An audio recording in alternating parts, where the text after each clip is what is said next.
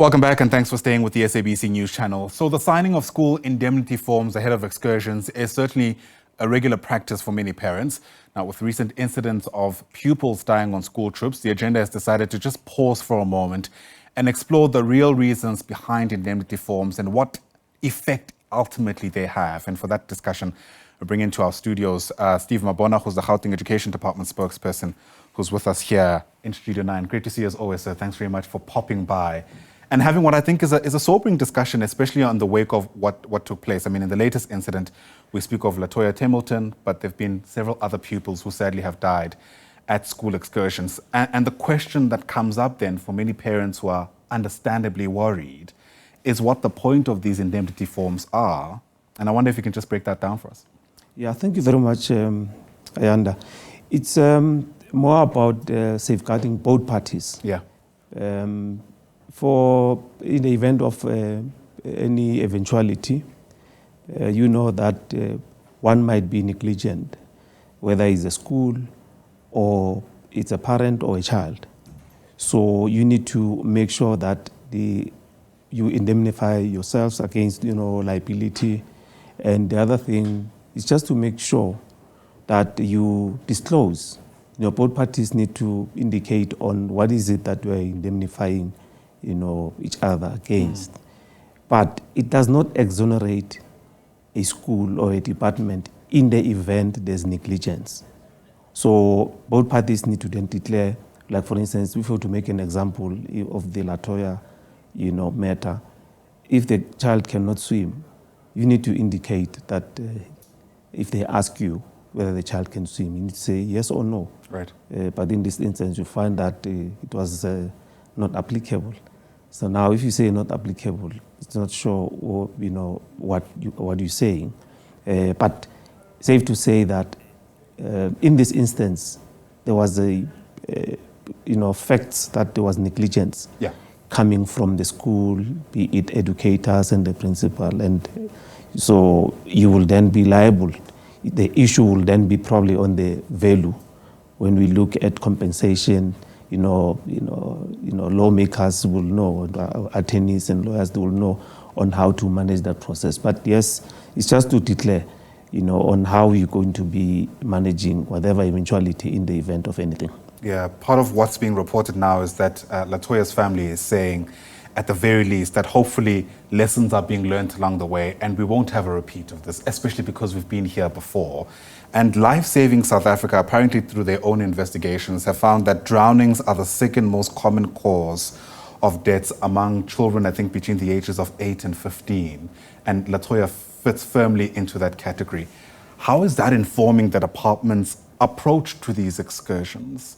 Because, as I'm sure you'll agree and you've accepted, 1 or 2 deaths are just too many. Yes, indeed. I mean, the Mpianzi matter was an eye-opener for us. Right. We had to change and make sure that there are guidelines which will be saying to a school, if you're going to engage in any water-related activity or excursion, these are the boxes that you need to tick. The approval thereof will then be at the district level and you undertake that. So, in a sense that we did that. But in this Latoya matter, the memorandum was then allowing a school to take a decision on a 1-day excursion, which is something that we will then have to review because recommendations are very high that we need to stop whatever the memorandum was saying. And it happened in not in many districts, but few districts in certain areas. What do you mean by that? Just for the benefit of people who don't understand the language, when we say a 1-day memorandum, does that mean that the school didn't have to have specific things in the indemnity? What does that essentially mean? No, they didn't follow your entire regulations on excursions. Because that there's regulations on excursions, be it international, be it local, that things that you need to follow. Because probably children were going for a certain period. Some they go for a week, a month, probably internationally. So you look at those regulations.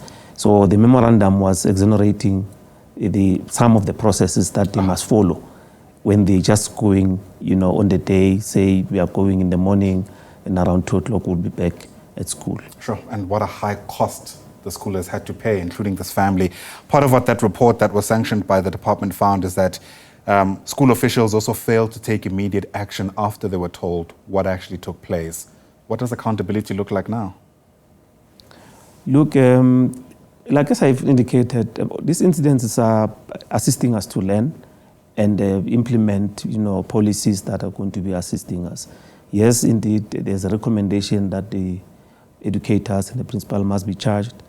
Surely, during their disciplinary process, they will be in a position to explain more on what might have transpired, because probably during this investigative, process, they might have, like I said, they indicated that their statements contradicted what the learners were saying.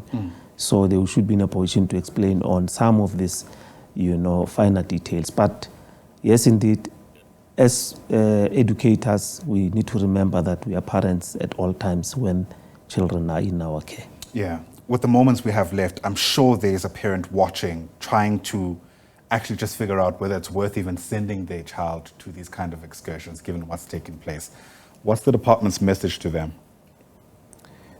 Look, they come in different ways. Some they assist on curriculum, some they assist, like this one was more for leadership, things that we need. I mean, remember, we educate, we develop, children to be better people. So you need to be informed on what is it that they're going to do there. Besides, if your child can't swim, you can't send your child to a swimming activity, for instance. There are things that you can say no to a child and explain why you are saying no.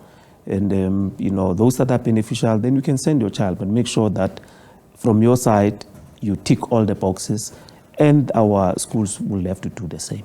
All right, Steve Mabona, thanks for popping by and having what I think is a very sobering conversation, given the context in which we're actually having it. But nonetheless, we appreciate your speaking to us. Steve Mabona is, of course, the spokesperson of the Education Department in Gauteng.